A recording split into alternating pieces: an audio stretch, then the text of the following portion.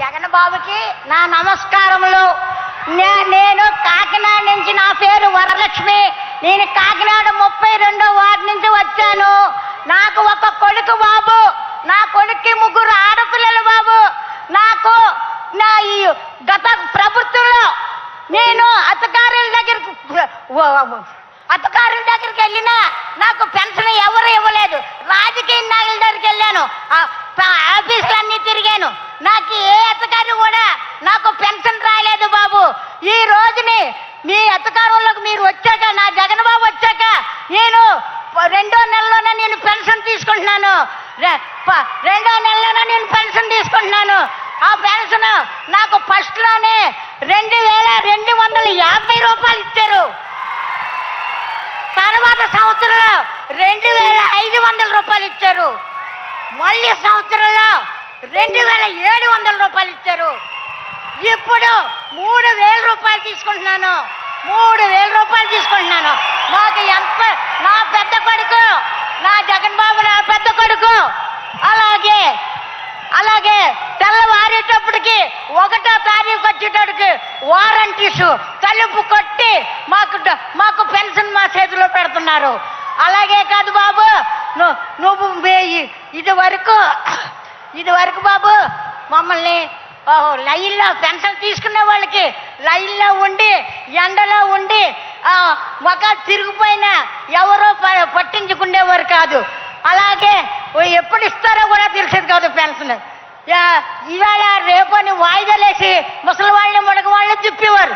ఈ రోజున బాబు 1వ తారీఖు వచ్చేటోడికి మా పెన్షన్ మా చేతిలో పెడుతున్నారు. ఇంకా మాకు ఏం కావాలి బాబు? మాకేం కావాలి? మా అందరం ఎంతో సంతోషంగా ఉన్నాం. జగన్ బాబు ఎప్పుడు మీరు ఇలాగే ఉండాలి.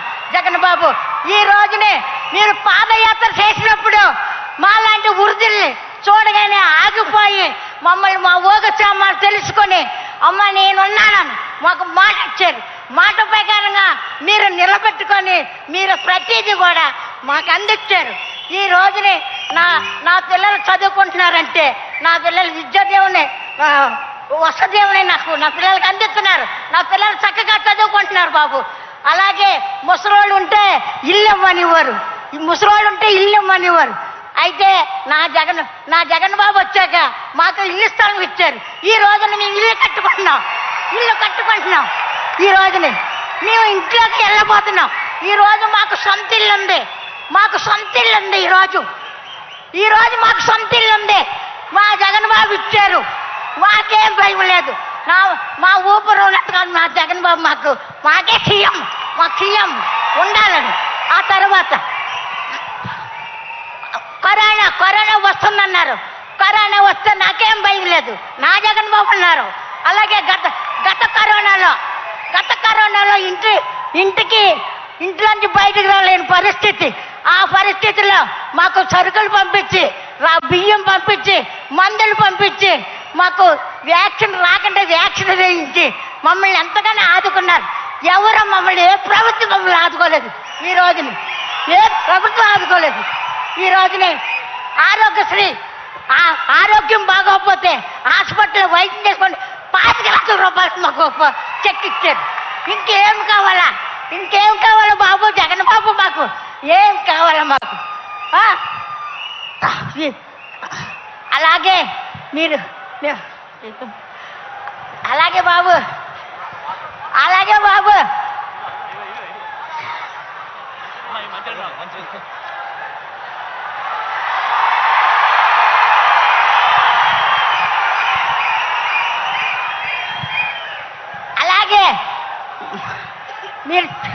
మీరు మాట తప్పును అన్నారు.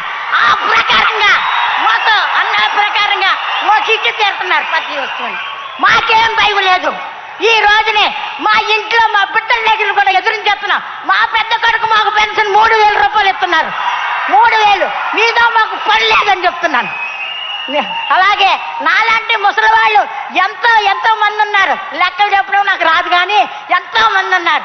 వాళ్ళందరినీ మమ్మల్ని ఆదుకుంటున్నాడు నా పెద్ద కొడుకు జగన్ బాబు. నా పెద్ద కొడుకు ఆదుకుంటున్నారు. ఈ రోజున మాకే లోటు లేదు. మీ ఎవరికీ జరగవలసిన పని లేదు. నా బాబాయ్ ఎప్పటికీ సీఎంగా ఉండాలి. నాకు నాకు ఓపిక తెచ్చుకొని ఊపిరి నిలుపుకొని నేను జగన్ బాబుకే నా ఓటేసి నేను గెలిపించుకుంటాను. అలాగే మన రాష్ట్ర వాళ్ళందరూ కూడా జగన్ బాబుని గెలిపించమని జై జగన్ జై. ధన్యవాదాలండి.